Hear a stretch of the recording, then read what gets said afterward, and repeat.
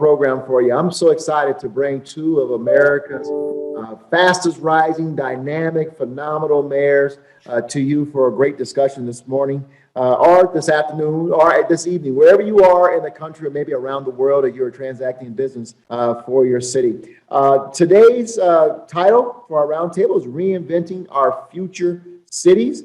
And our topic today are new mayors, first 100 days. And we have two phenomenal mayors, as I mentioned. I'm going to introduce them in just a moment. But I want to say to you that today we have over 200 people registered to be a part of this discussion. And they're from Chicago, Atlanta, LA, Denver, San Jose, Miami, Cleveland, all over the United States of America. We thank you for taking the time to join us.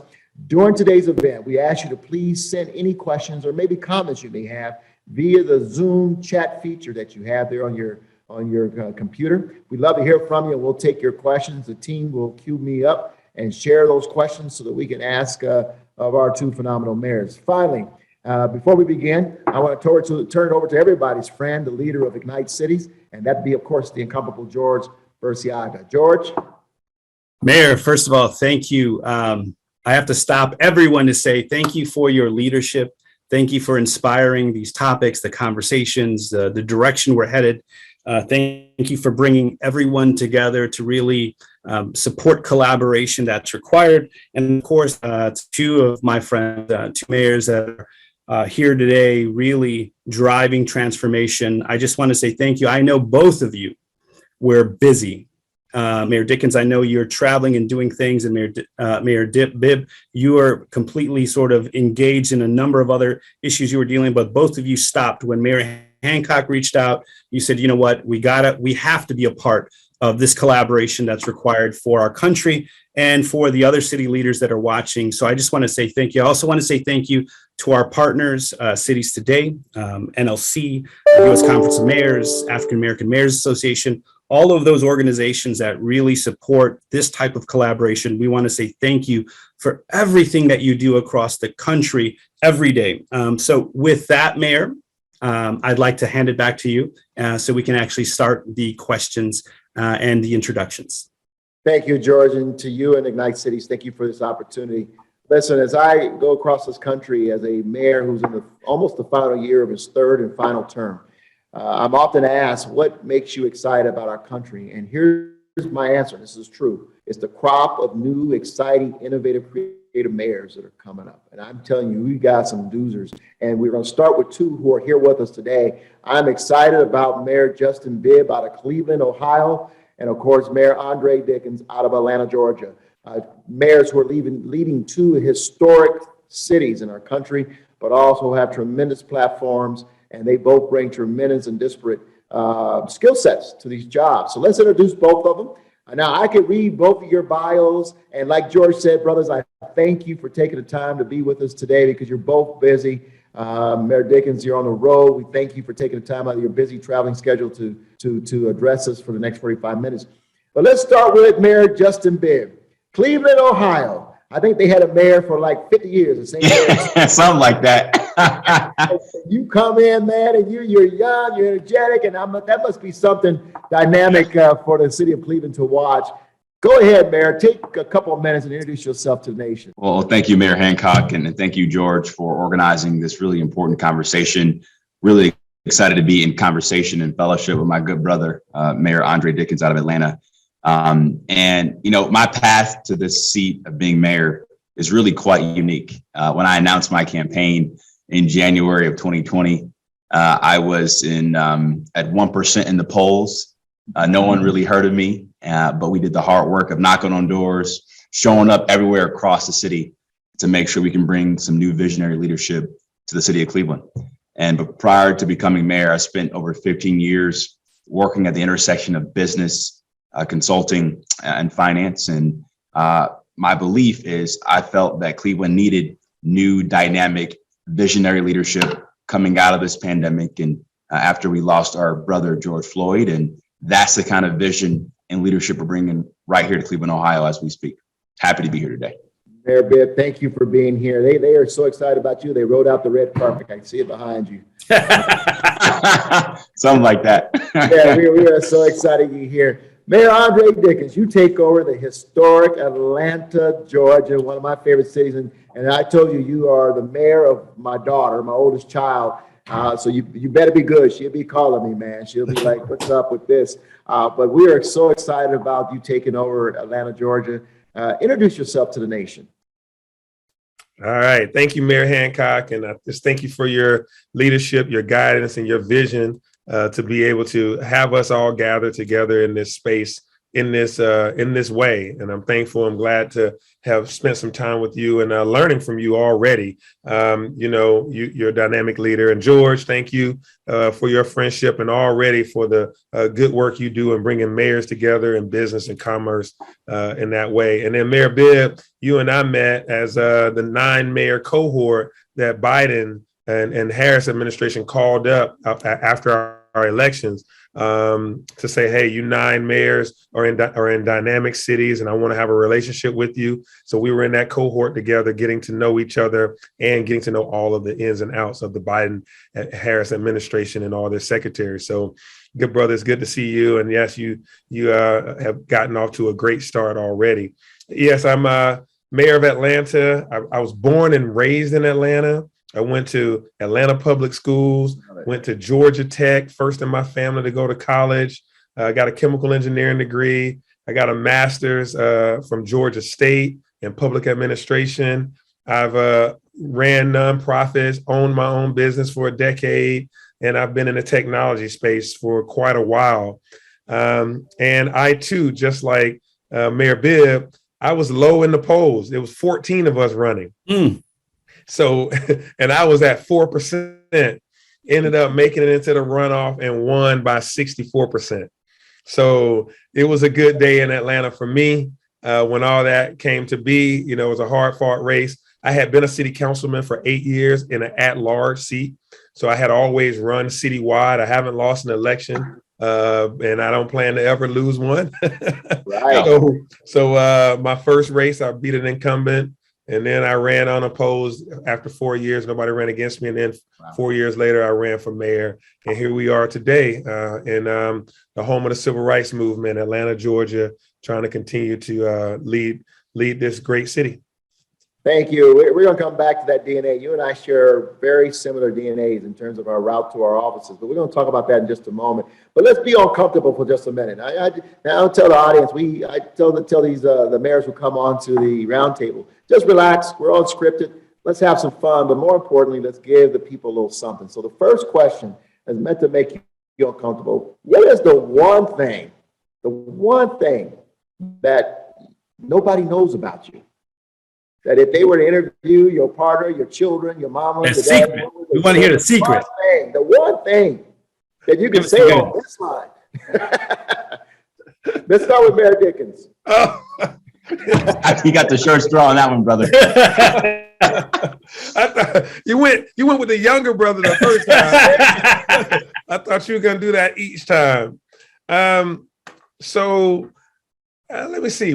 I'll say one thing is growing up, I used to rock a real high top fade, and I was in a dance group.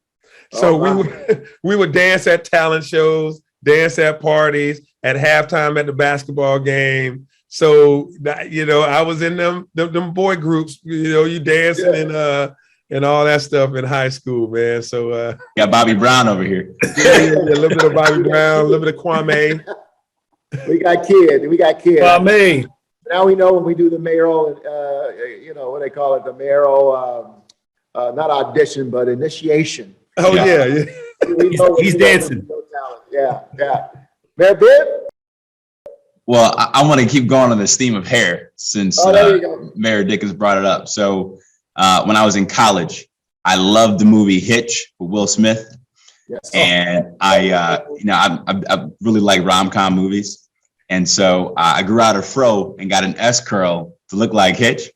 So I go abroad to London because I'm studying abroad at the London School of Economics at the time. I couldn't find a barber. I go to this Pakistani barbershop and they mess up my fade. And I had like broccoli on my head. I couldn't get a date for a whole year. Had to cut it all off. So now I know wherever I go, I gotta make make sure I have a good barber just in case Yeah. something gets messed up. So I thought it was a funny story. What the public know about S curls, in case they don't know, you can put that kid in your hair on your own. Exactly. I used to do that as well, right? Back in the day. The S curl. Well, let me ask you. So hold up, Mayor Hancock, what happened to your hair story? Yeah. I became mayor, bro. And it's still out. You start dealing with negotiations with unions and dealing with police matters. We'll go quick. Oh, this is get going. Right Go here. great and get going. Yep. Start buying razors now. Hey, listen, you both took different routes to the office that you're in now. And Mayor Dickens, as I said, we have similar DNA. One of them is, city council. Believe it or not many people get elected from city council to the executive seat. How has being elected from city council, the years you've served, the knowledge you gained, served you in this role so far? Yeah, the 8 years I served on city council were very helpful in my ability to govern right now, right out of the gate as the mayor. So I understand the budget cycle. I understand, I've already had a relationship with the unions, police, fire, all the employees. A lot of the staff are already new. All the commissioners I had already had a relationship with. Plus, I was a committee chairman on city council. So I was a chairman over transportation for 4 years. So had a lot of commissioners in various capacities work with me. But it also, gives me a good leg up on the relationship with council members. So we have a 15-member council, and out of those, about 8 of them returned. And so 8 already in the bag, I got a relationship with. The other 7 I had some civic relationship with, because a number of them were either neighborhood leaders or some sort of nonprofit organization that I had encountered. So right now, I think it's paying out dividends because, council members, I go sit with them. I go to their meetings from time to time. I end up, after their meetings are over, we go have a little cocktail together and just, debrief and say what happened today. And, they can pick up the phone and call me, and there's no major distance. I didn't get bougie on them, so to speak. Right. I stayed relevant to them. And we had some tough decisions early on, that we had to be in a lockstep with so that we can get these things passed. And we were getting unanimous. We haven't had a bill yet that has had any negatives. Nobody, all yays, no nays. So it's been good so far. And I think that's because I worked with the city council in the past. There's some familiarity. And when they are playing the politics, you know exactly where they're coming from, right? Oh, yeah. Yeah, I've done this. I know your game. I know your end game. That's a matter of, that's huge. Mayor Bibb, listen, you took a interesting pathway to the mayor's office. I'm really curious, and I'm sure the audience coming from the business community, having not been elected or run for office, public office before, one, what was your contemplation moments like? Should I run? Should I not run? Did you really expect to win? And then 2, how does your skill set coming from the business finance community really translate to the job? Well, Mayor Hancock, I knew I could win the race if we had a solid vision for the city and did the hard work of just listening to voters all across the community. Because I just saw this just hunger and desire for leadership and dynamic leadership in the mayor's seat in Cleveland. I think I had a couple of unique advantages that led me to this moment now. Number one, I may have been new as a candidate for public office, but I wasn't new to politics in Cleveland.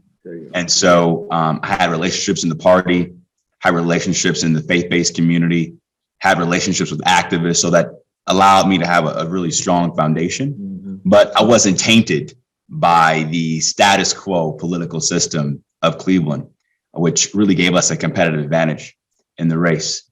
The other thing I would say is I think experience I was able to bring to bear from the private sector really allowed our vision for a post-pandemic future to really resonate with our residents across the city. One of the things I talked a lot about throughout the campaign is that no one in my race for mayor had any experience leading a city post-pandemic. Mm-hmm. So the experience question to me was a very different question. It's who do you trust to really reimagine what government should look like coming out of COVID-19 and coming after we lost George Floyd. And I just, took that message to the people, and we were successful. And I would say to something that Mayor Dickens mentioned, I have 17 members of city council. Only one member of council endorsed me in the election last year. And so I had to do a lot of groundwork to build that trust, to build those relationships. During my first month in office, I did one-on-one meetings in my office in City Hall with members of council. And for many of them, it was the first time they'd been in the mayor's office.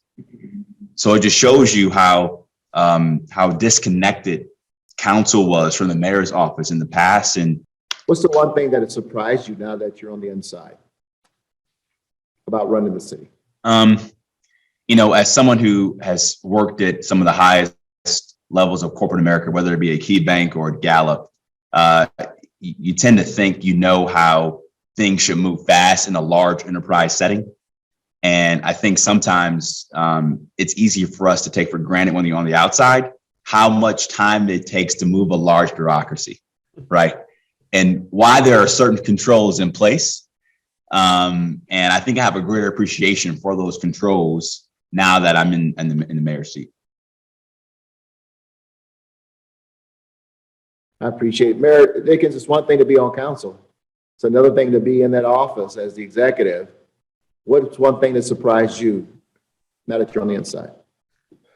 Well, there's a few things, but I'll tell you one thing in particular is I describe it as being on city council and being a business person and nonprofit. After all that time, you kind of know the shape of the role, but I didn't know the size of the role. I had never felt the size.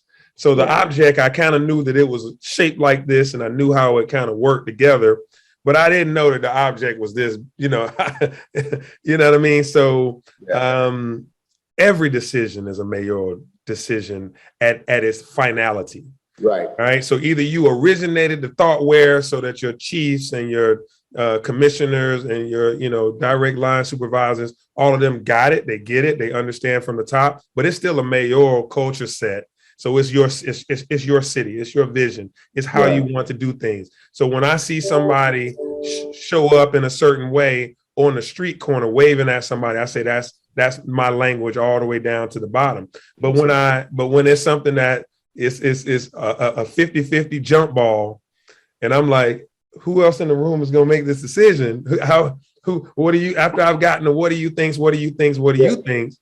It's up to me. It's me. There's only one mayor.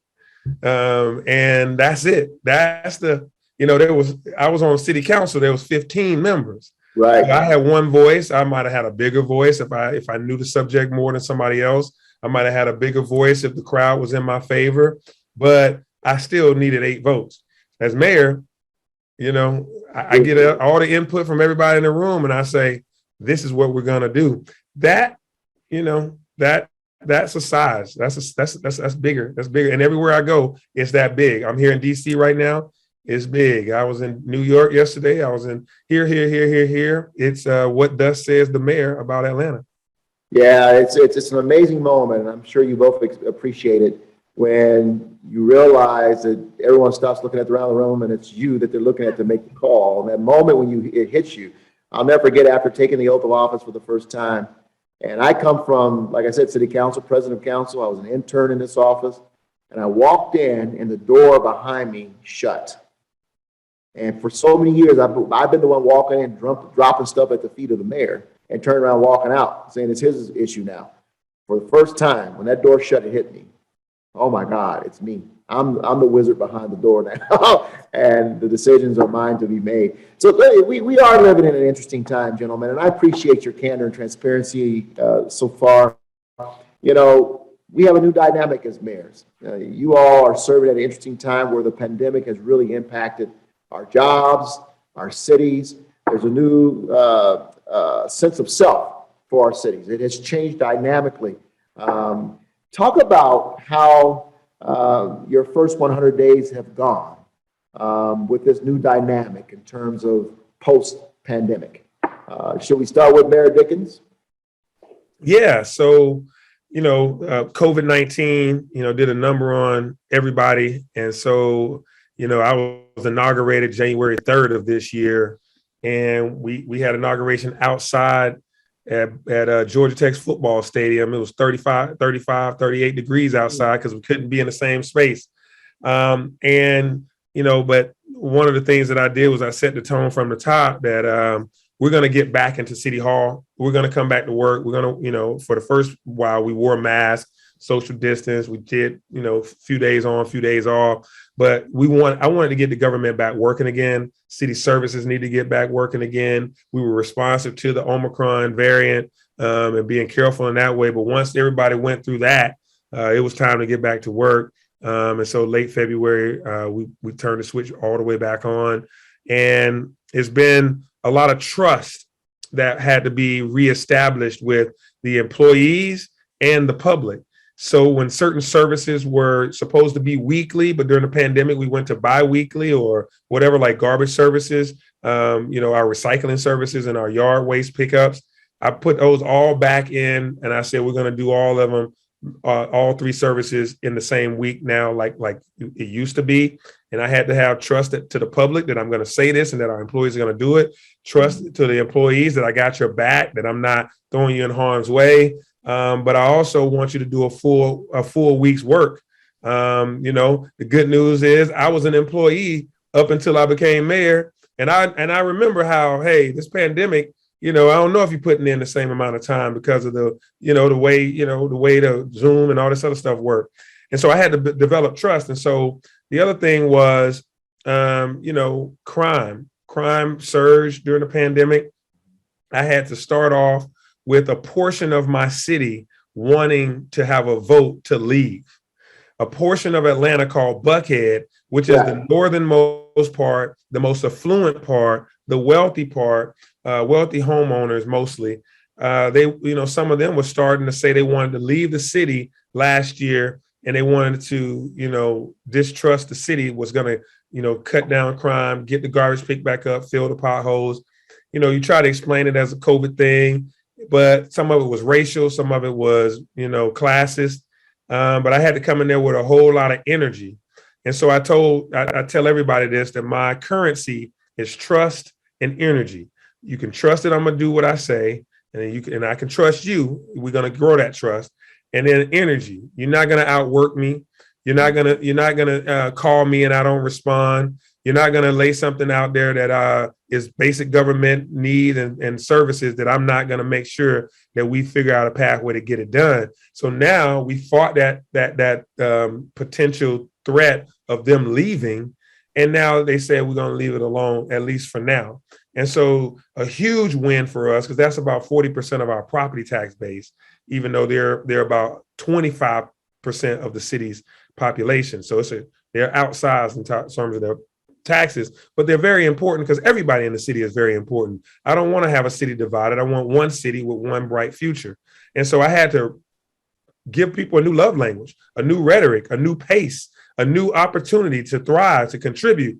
And so now that was what the first 100 days was built upon, was you can trust me, you're going to see me, I'm going to be responsive, and we're going to reduce this crime. But it's all going to be, I'm going to do my part, but I'm assuming that you're on the other side doing your part as a business community, as clergy, as academic, as the academic community. So all hands on deck. And that's the only way you come out of something that bad, is by creating and communicating in terms of community.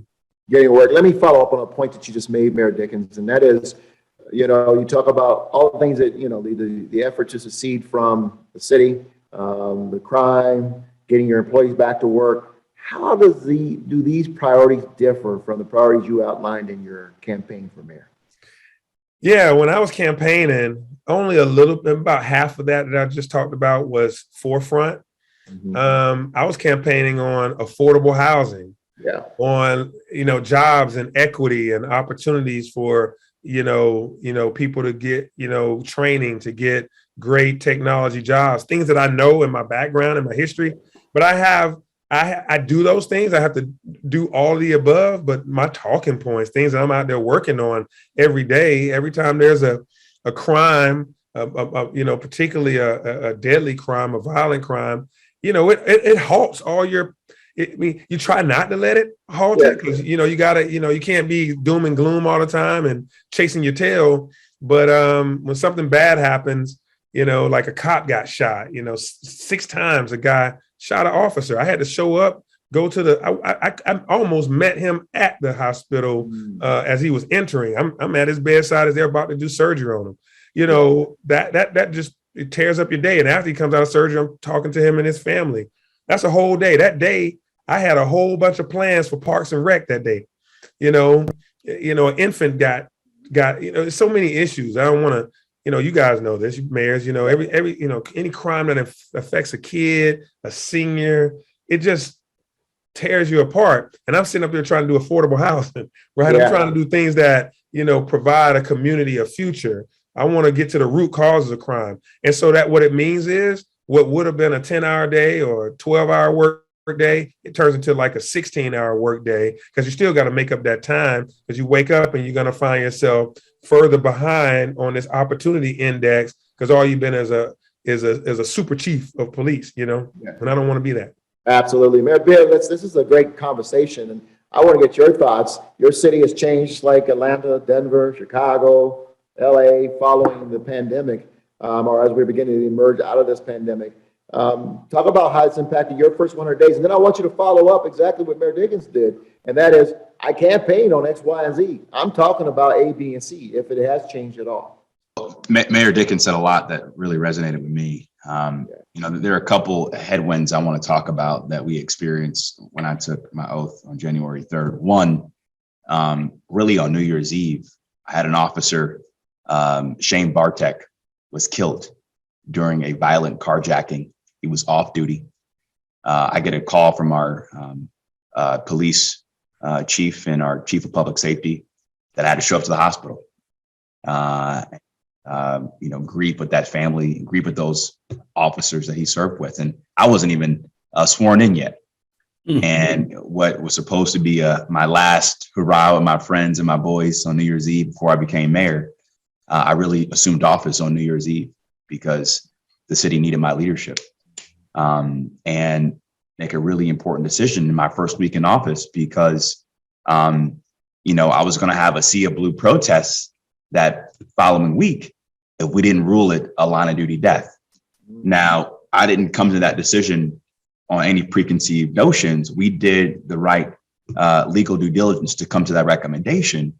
But that was a major headwind in terms of the magnitude of the office and the kind of decisions and moral leadership required to really lead a city like Cleveland.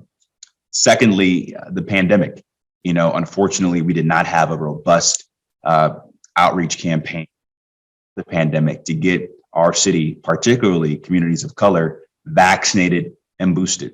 When I took office, we had about a 43% vaccination rate, 43%. And over the last 5 months, we've increased it by over 5 percentage points, which is fantastic, but we still got a long way to go. And so we launched a COVID-19 task force my second week in office, and have really started to put money on the ground and make sure that we go to our most vulnerable parts of the city to get our residents boosted and vaccinated as we move to an endemic status across the country. And then thirdly, had to host the NBA All-Star game in February. It was probably the biggest event our country has seen coming out of that Omicron surge of the pandemic. And the whole world was looking at Cleveland in terms of how we were going to host this event. And we had to work closely with the FBI and my public safety forces. I actually called the former mayor of Atlanta, Mayor Bottoms, about what she did to make sure my city was safe. And, probably my first major decision I made that was quite controversial was I shut down bars at 2:30 a.m. during NBA All-Star game. Yeah. And everybody from the block was mad at Mayor Bibb that weekend. But I had to do what I had to do to make sure I kept my community safe because I was down 200 cops. Wow. And luckily, we had a safe and amazing coming out party during All-Star weekend. No major incidences of violent crime. But I think in those first 3 months, I had some early lessons of what it takes to lead, how to lead with empathy, and how to be okay with making the right call, because you don't become mayor to be popular. And it's important for folks to know that you become mayor to make the right decisions to protect the safety and well-being of the residents that you're serving on a daily basis. Mayor Bibb, Mayor Hancock, real quick. Mayor Bibb, you might as well tell him you made a shot or two. Yeah, you know, While you were out there balling, he got a chance to play. Got a couple shots off. I got blocked by Anderson Varejao. I'm still kind of salty about that. And Perkins made fun of my air ball, but it's all good. I still had a good showing out during the celebrity game. So. I appreciate it, because you're going to get this job's going to give you some amazing opportunities in life, and that many people would only dream of, in terms of the people you meet, the places you'll go, the things you'll get to do. And I appreciate, again, both of you being so candid. Mayor Bibb, let me go back to, let's go to a point that we were all talking about. Not only has the pandemic changed us, but we are also seeing a rise in intractable challenges in our cities. Yesterday, U.S. News, or this past week, U.S. News and World Report lists their best places to live in America. Unfortunately, none of our cities are in that list at the top 10 at this point in time. But we are part of major cities that, by the way, are not listed anywhere in that list. But we are facing intractable problems. I know I've been to both of your cities quite a bit. You've been to my city. We have homelessness. We have drugs growing, opiates, meth, fentanyl, devastating communities and devastating lives, rise in assaults and particularly violent assaults with gun violence, as we're seeing across the country, rising living costs. I think Mayor Dickens, you talked about affordable housing, top concern here in Denver. All these elements go into impacting our quality of life and whether or not we are desirable places to live. As we look at these intractable challenges as a mayor of the city, how do you keep the energy, the enthusiasm of your city and your residents looking forward, knowing we can rise out of this? We've been here before. What are the words? What are the mechanisms you're using to encourage people during these very difficult times, which seem to be unprecedented, but also widespread, hitting cities all over the country at the same time? Mayor Bibb? Yeah. You know, Mayor Hancock, I don't think there is any one grand solution. You see what's going on in our country right now. We saw the tragic shooting in Buffalo. We saw the tragic mass shooting as well in Milwaukee a couple of weeks ago. And I think there's a crisis in this country in terms of mental health, in terms of the breakdown of families, in terms of the lack of trust in institutions once again. And these are intractable problems that I don't think government can solve by itself. Yeah. I think the biggest thing that I've learned in my short 136 days of being mayor is doing something my mother always told me. She says, Justin, well done is better than well said. And people just want their leaders to try. They want you to try a different way to get the snow up. They want you to try to do something different to get guns off the street. They want you to try to do something different to put real jobs in underserved communities in our respective cities. And if they see you trying, if they see you be honest about mistakes that you made and they're transparent about those mistakes, then they'll give you the benefit of the doubt. But I think, unfortunately, particularly in DC, we haven't had that kind of leadership. And as mayors, we don't have the luxury of punting it off to the next Congress. We have to get stuff done now. And I think DC can learn a lot from mayors across the country. Yeah. So showing up and doing the very best. Right? That's it. That's it. Dickens? I 100% agree with that wholeheartedly. I co-sign that. You know, showing up is the most important part of the job.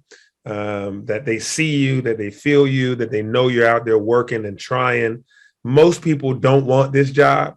And the people that do want it only want the TV glamour part of it, the fanfare and the balls and galas and, you know, public speaking part of it from time to time. But trying to make those decisions, like I said, once it gets to be mayor, it's a, you know, all the easy decisions have been made already by the time they get to your desk. Yeah. Now it's all critical decision making.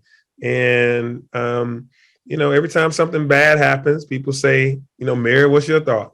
And, you know, you can't be a slave to the Twitterverse. So, you know, people they tag you on everything. here's a pothole on this street. They'll tag you. Mayor, what's wrong with you? Why is this here? I'm like, well, the elements of a pothole is either too much water or too much salt and too much shade. Why is there? I can give you the why is there, but now you need to call 311, tell them about it, where it is, and then we'll go fill it within 5 days. Now, when I don't fill it in 5 days, then you can add Andre for Atlanta. So my point in all that is, being confident and, present is a lot of it. Competency, of course, comes with it. It's the necessity to get the job done, but it starts with the showing that you care by showing up. Like Mayor Bibb said, he wasn't even mayor. He was mayor-elect and had to deal with a crisis on New Year's Eve into New Year's Day. Well, that's just that people see that and they remember that. And they'll, how they say that people will remember what you say, maybe what you do. Yeah. But how you made them feel. Absolutely. Absolutely. Well said, Maya Angelou. In hockey, they say between the pikes that matters, right? In football, we say between the hash marks. That's where the work is done. Yeah. In basketball, we say on the pine. Let's go on the pine. In this job, you talk about people who want this job, I always say between 8 and 5. That's where the job is getting done. That's when mayors are getting 15, 20, 30-minute briefings, making key decisions that impact the quality of life. It's not the speech you saw me give at the dinner, or the ribbon you saw me cut, or the little game that I'm doing with kids in front of a camera. It's 8 to 5 when critical decisions are being made in that room. With that said, let's turn for the last couple minutes that we have here before George comes at me and fires me as a host of this show and talk about technology for a minute.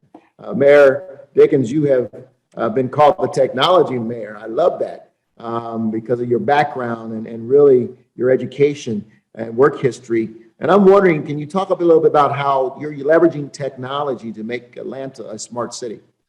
Yeah, this is, technology without a doubt is the wave of the future. You have to incorporate technology in all aspects of our business, our government. And so what we're doing is throughout our organization, we're looking at ways to innovate. So that means our garbage pickup routes. We're adding, tracking and software to be able to, know where not only where that we can prevent missed routes, essentially missed pickups and those things, to be predictive analytics, have predictive analytics in terms of crime. We're utilizing data analysis to help us make critical decisions about where to plant infrastructure, where to go out here and overcome food deserts and incentivize developers and commercial realtors to come in and do some things. And we're doing public-private partnerships based on data and where as you say, where the puck is going in hockey. We're trying to go where it's going, right, not just go where it was, because you're going to be late to it. I use data. And then the other thing is I'm attracting a lot of technology firms. Microsoft is building their second largest headquarters in the world. Is going to be in Atlanta. Facebook has an office. Of course, Salesforce is increasing their office, so on and so forth. Google, a lot of fintech. 70% of the credit card transactions that happen in America come through Atlanta, through our various networks of First Data, WorldPay, and Square, and so many others. So I share all that to say that there's a lot of jobs here for technology. And when companies come, I'm standing firm and saying, I'm glad you're here. I'm glad you're deciding to come here. Some of you are the size of nation states. You're huge, Microsoft. You're like a whole country with your economy. But what I can't have you do is come here and think that you're going to give $10,000 to the United Way, and that's your good neighbor contribution. You're not going to have 10,000 jobs that can't afford to live on the West Coast plot themselves in Atlanta with $150,000 to $200,000 jobs and not give us a chance to earn our way to those jobs. So it's going to take you 2 to 3 years to build this huge, massive campus. In 2 to 3 years, I can train 2,500, 3,000 people on those skills that you are going to need. So we need to develop and cultivate local technical talent through our universities, yes, but also people that are far beyond their university early days. They're 25, they're 30, and they're smart enough. Something happened. They didn't finish college, or they went to college and did, some humanities and didn't go in technology. Now it's time to upskill, reskill these people that live in Atlanta and Metro Atlanta so they can get these jobs. Because when you plop down a bunch of 200,000aires in my neighborhoods that are the average income is $35,000, you just created a big problem for me of gentrification. So I want to make sure that these grandmas and these aunties have nephews, nieces, and sons and daughters that can get these jobs. And so me being a technology mayor, I'm training people at a very rapid rate in certifications, 4 months, 6 month certification programs, hundreds of people to get these great jobs. And Microsoft has agreed. Airbnb has agreed. These guys are agreeing to hire local talent because, at some point, we're all basically in the technology game. We're consumers of it. Right now, we're utilizing it. Now we need to be producers of it and creators. Absolutely. Well said. A great ecosystem. And I appreciate that point. Mayor Beard, we're out of time, but let's get your thoughts on this as well. What smart city technology are you leveraging? We're starting from the ground up in Cleveland. Right now, we were ranked just several years ago as the least connected city in the country in terms of access to high-speed broadband. So I've committed $20 million from the American Rescue Plan investments to fully invest to ensure that we can go from the least connected city in America to the most connected city in America, so I can compete for some market share for my brother down south in Atlanta. And the other thing I would say is, we need to have smart parking meters in Cleveland. But beyond just connecting folks to the internet, we need digital readiness and digital workforce readiness, as Mayor Dickens talked about. So focusing on investments around workforce innovation is a high priority for me as mayor. Hey, I got to, before we leave, ask you both very quickly, Mayor, our president, Mayor Francis Suarez, President of U.S. Conference of Mayors. He's the mayor of Atlanta, of Miami. I would say He's Miami, the mayor of every city. Yeah, he's mayor of every city. He had a question. He made mention of the fact that you both were just named part of the list of most fashionable mayors in the country. And we all want to know, how'd you get there? Just tell Mayor Suarez he's in Miami. We need to see him in a white suit and some gators soon. Then he'll make the list. Miami Vice. Yeah. He's missing out, man. He's in Miami. What a white suit. He has a clear pathway to be the best dressed mayor. He just got to go out there and put on the white suit and some gators and a little hat, a little fedora, and a little Frankie Beverly and Mays in the background. Oh! And he's good. Frankie Beverly, you brought it up. And he's got the swagger. I mean, he's got all the confidence, all the swagger. He's that smooth for sure. He's super smooth, so he got it. So let's be real about our brother Suarez. He ain't put no hat on that hair. No, he's not. Not at all. He ain't messing up that hair. Take too much of that hair. No, I'm just kidding. If I could say one thing, I listened to this conversation and I'm truly inspired.